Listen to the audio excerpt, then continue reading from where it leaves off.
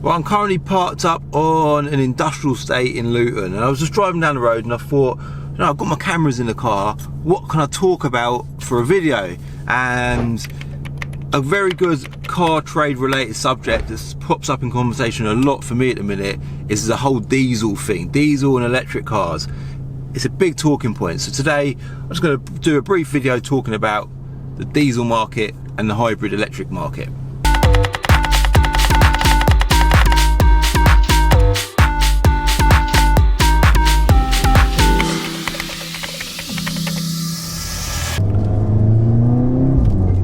Before we move on, let's just listen to this. I know a lot of you might have seen my last video, but so I've got this option now to open the valves in my exhaust on just by a button. So press the mode button, put it in race mode, and it gives it like a pops and bangs map. And this is also something that's made me think about talking about the whole subject of the car market, you know, diesels and the hybrid electric thing. It's a big thing, you know, for me, for two reasons. One, because I'm a massive petrol head and I love stuff like that. Listen to that. Let's go on this bridge, hold on, listen to it now. Yeah, I'll turn that, I think I'll turn that off for the video though. Yeah, one reason obviously for that, I love the sound of a petrol engine. I love the possibilities and the options you can do with a petrol engine. And two, you know, I'm a car trader, and whatever you do in the car or in any trade, doesn't matter what you do, you've got to know your market, you've got to adjust your stock to suit the market, and you've got to know where the market's going. You know, you've got to be fully aware of what's happening with the trade, like I said, whatever you're doing. So right now, this diesel thing is big talk, and I was in London the other day, and I was paying for pay for parking, as you do in London. You've got to pay for parking, and I rang up the thing. I was on the phone. It takes bloody ages, doesn't it? And it says dial in your number plate, and I was like AS51 HOL. Types it in, and it gave me like a long message explaining that they're bringing in tighter laws for this ultra low emission zone, the ULEZ, in London, and it will mean that they're restricting the use of cars within a certain area in London, and certain types of cars. That's the key point there, certain types of cars. And one of the things they talked about is diesels. Now, the diesel thing, it's quite a scary thing, because, you know, 5 to 10 years ago, was it as long ago as that? Yeah, up until recently, really, everyone just wanted diesels. Diesels were good. They were good. You could get great power out of them. They run at really low revs, so they don't use lots of fuel. They're obviously very good economy-wise, so they're cheap to run. Road tax has always been quite cheap for them. Some, like a Ford Focus 1.6 diesel, I think, on like an 07 is about 30 quid a year road tax. Don't quote me on that, it's just something that's sprung to mind. But, you know, they've always been cheap to run, and now we're all getting told, oh, be careful about the whole diesel thing, because we're flushing them out, and everyone's a bit scared. It's a sore point in the car market in a minute. And I was actually driving, I'm on my way to my accountant, funny enough. That's another sore point in any market. VAT, that's what I'm going to do. Going to give my VAT stuff to my accountant. But yeah, I was driving. This car's so loud now. Shout out to VRS in Northampton for just making this car absolutely savage. But yeah, diesels, yeah? I was driving there and I thought, what's affecting the car market at the minute? Or what is going to be affecting the car market? And I have to say, from a car trader's point of view, the diesel thing isn't affecting it. You know, people still buying diesels. There's a bit of fear, a bit of uncertainty. People are a bit unsure about parting with money for diesels. That's definitely been a thing, and with that, I suppose, does come a slight decrease in value, because there's less demand. Less demand means the things will drop. Petrol engines, people are a bit safer buying them, and let's face it, for the whole time that we've had this illusion that diesels are amazing, petrol engines have always been the most reliable thing on the roads. Diesels aren't that great from a reliability perspective. They have injector problems. Not to say petrol engines don't, because they obviously do, but diesels have injector issues. They have the particle filter issues. They've got a turbo. Not every petrol engine has a turbo. Turbos don't generally last the lifetime of an engine, so they need replacing. Clutch and flywheels. How many of you have owned or know of someone that's owned a Ford, like a Transit, a Focus, a Mondeo, anything like that, or even an Audi A4, a VW Golf that's needed a clutch and flywheels? So these are all dead common things across the whole diesel range, and they always have been, yeah? And they're all expensive things to repair. But with that as well, we've now got this issue where the government are installing this false sense of, is it bad confidence, low confidence into the whole diesel market. People are now holding back with parting with their money for a diesel car, and I just thought, I've got to talk about this. I need to talk about it because, like I said, it's important to me for two reasons. I'm a petrol head and I'm a car trader. So me as a car trader now, I suppose the biggest question is, am I still buying diesel cars? Now let me just talk about how soon this is all happening, yeah? Let's talk about the real reality of this. This all sounds quite scary, but in reality, it's not as sudden as we all think, right? If you look on Google, which is what I've just done, just to find out a little bit more information on this. Oh, is that how it works here now? So they've changed all the roads in Luton. You'll notice that the government are planning to slowly fade out diesel engines, okay? And part of their plan will consist of, by 2030, so 11 years from now, they plan to have halved the amount of new petrol engines and diesel engines that are being sold on the market, okay?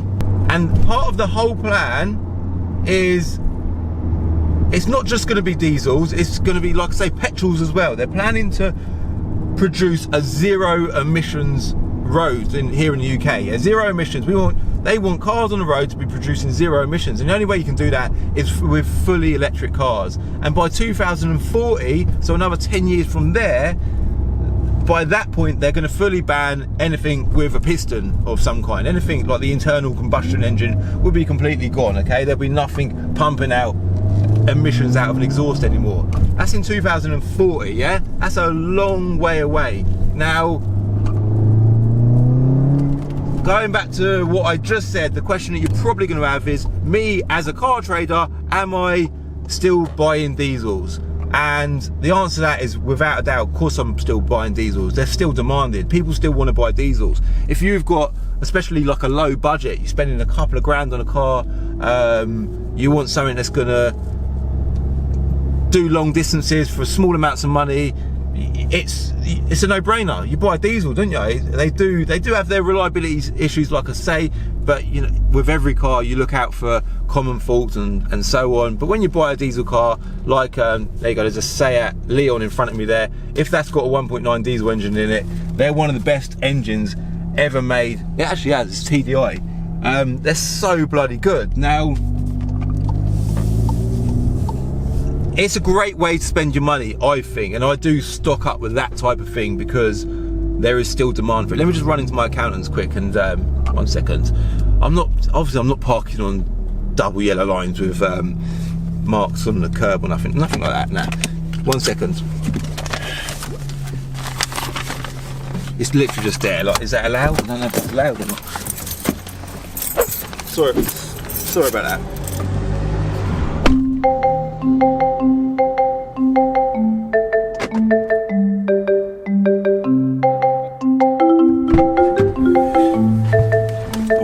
That was quick and easy, very quick. See, that was seconds, wasn't it? Seconds. Okay, let's get moving, yeah? So, that's that done. Hartwell's Accountants in Luton, they're bloody brilliant. But anyway, we'll go this way.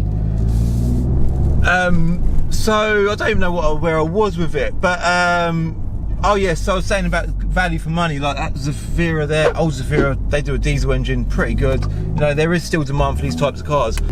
Where it will affect you is if you're driving into London, yeah? and this is something that's happening immediately. So this one's falling asleep, I'll get in front of you.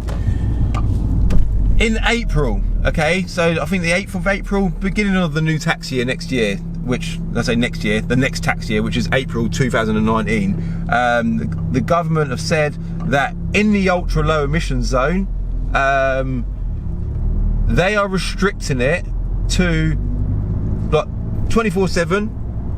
In that zone, you can take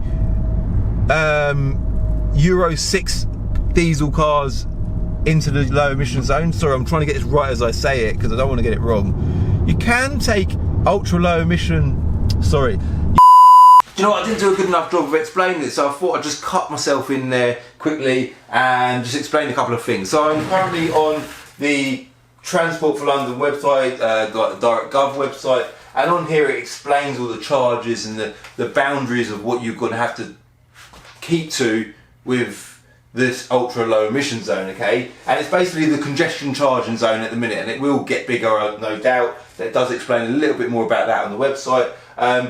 But if you own a Euro 4 petrol car, which is a car that's generally made in 2005 onwards, you're allowed to go in there for free, the ultra low emission zone. And if you own a 2015 onwards Euro 6 diesel car, so there's a big difference in age there, you will also be allowed to go in there for free, okay? Anyone who doesn't own them, either one of them, i.e. older than 2005 petrol or older than 2015 diesel, you will be charged a daily charge of £12.50. Now if you don't pay that £12.50 charge, you will get a penalty charge of £160, but they're going to give you a leeway of 14 days to pay it, and if you pay it within the 14 days, they'll reduce it to 80 quid, alright? So that's kind of a minute, only 80 quid. So it does also have a little side note here that says, we prefer that you use a vehicle that meets the new emission standards rather than pay a daily charge. So basically what they're saying is, we're not doing this to earn money, because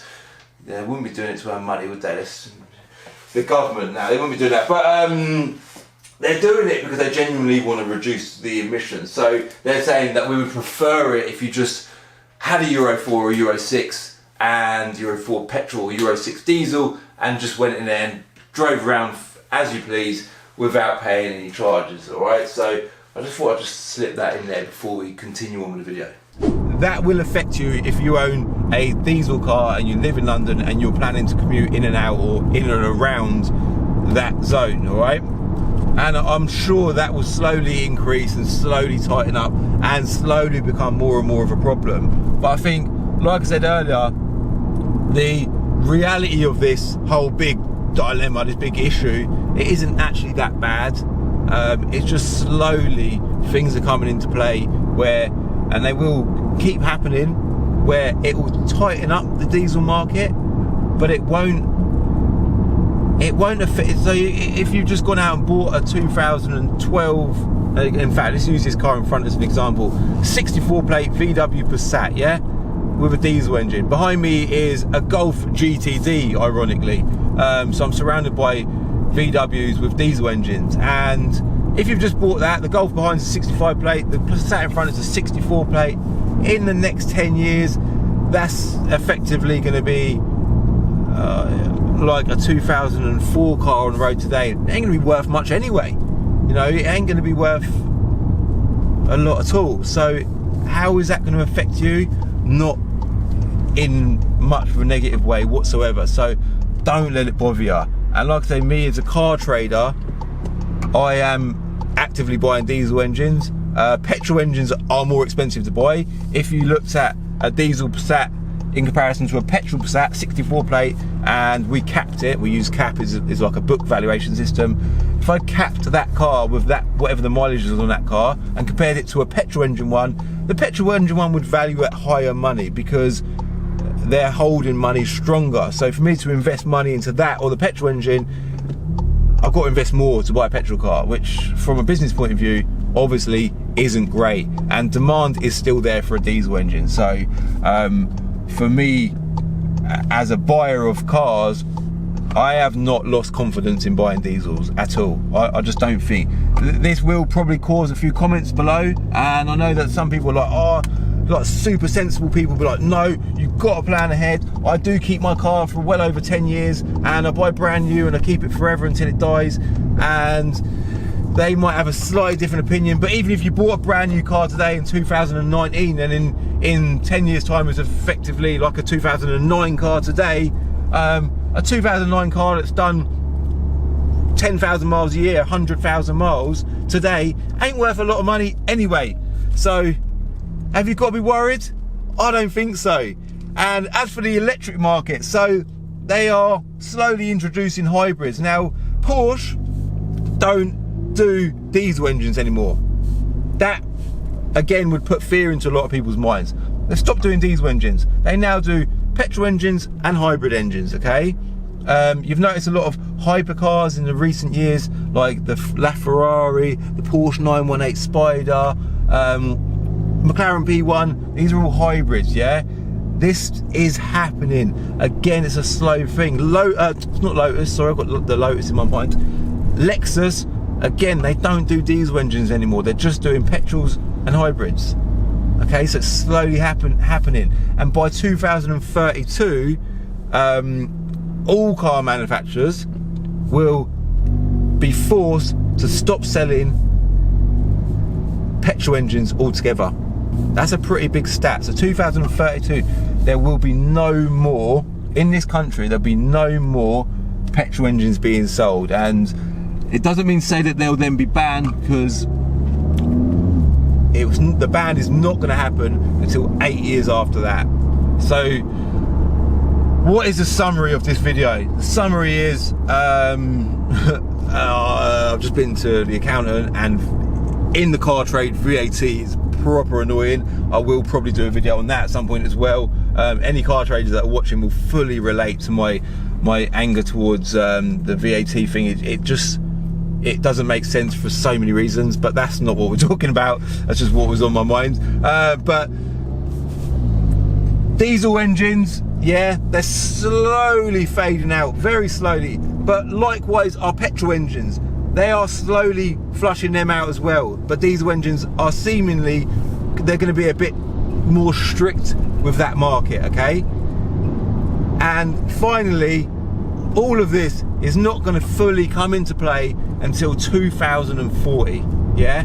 I'm currently 31 years old. In 2040, I'm going to be, wow, I'm going to be 52 years old. Yeah, that's right, isn't it? 52 years old. So it's a long time. I know there's probably 52-year-olds watching now and think, yeah, Calvin, that goes bloody fast though, mate. Trust me, I'm 52 and it feels like it's gone in a flash. But it will. But for the foreseeable future, for right now, don't stress about getting rid of your petrol car and jumping into a hybrid car. And don't stress about not buying a diesel. Consider that, like I said earlier as well, the book values of a diesel car will be less. So if you are about to buy a diesel car, consider that, yeah? Don't pay the same bloody money for a diesel one as you would for a petrol one, because there's a likelihood that you're paying too much for it, okay? Just consider that. And as for hybrids, I do buy hybrid cars. I don't actively buy hybrid cars because there aren't a lot of them on the roads. People are still a bit unsure about hybrids. This is another point. So the hybrid market isn't actually as strong as you'd think it is, because people are very unsure about it. I hear a lot of people say about the BMW i8, for example. That is the first sort of sports supercar that stepped into the market in the real world anyway, like built by BMW, serious brand on the car market, and they produced it, or they launched the BMW i8 a few years ago, and they've just announced the Roadster. Great car, yeah? I've never driven one, but I've heard nothing but good stuff about it. But there is a little bit of uncertainty with that car there. The earlier Priuses, you know, the early hybrid cars, where people were saying, yeah, but that's an entry level. That was the first of hybrids. So that Bentley's well nice. That's my summary, I think.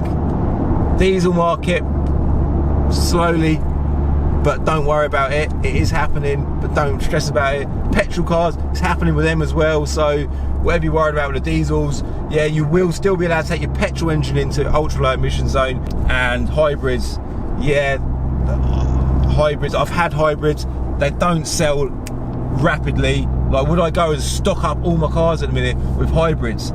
Definitely not. I would never do that. Forget that. Not because I don't love hybrids. Ultimately, business is about earning money, but because every hybrid I've had recently, I've priced it sensibly, and it hasn't flown out the door. And I do genuinely believe it's because people are still a bit like, oh, do I buy one? People are still a bit unsure about the whole hybrid thing. So right now, this is all very fresh, yeah? It's very fresh stuff, and it might happen gradually. I think what I'm going to do to end the video, or should I say it will happen gradually, I'll let this truck overtake me, put it into sports mode, and I'll show you some pops and bangs, because that is what I'm about. There's a Prius there, look. Let's just attack him with pops and bangs, yeah? Yeah, have that, Mr. Prius. See, you can't do that, can you?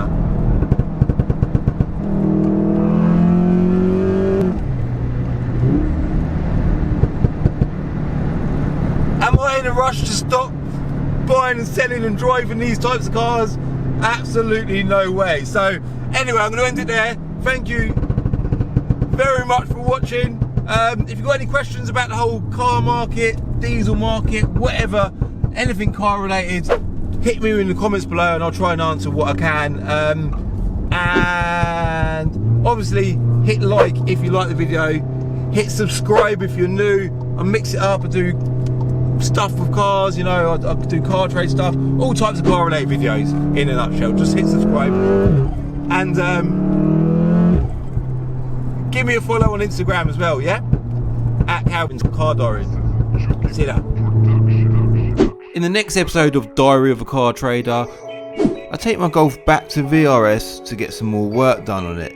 But the two questions you're going to have are, what am I getting done? And what courtesy car did they give me?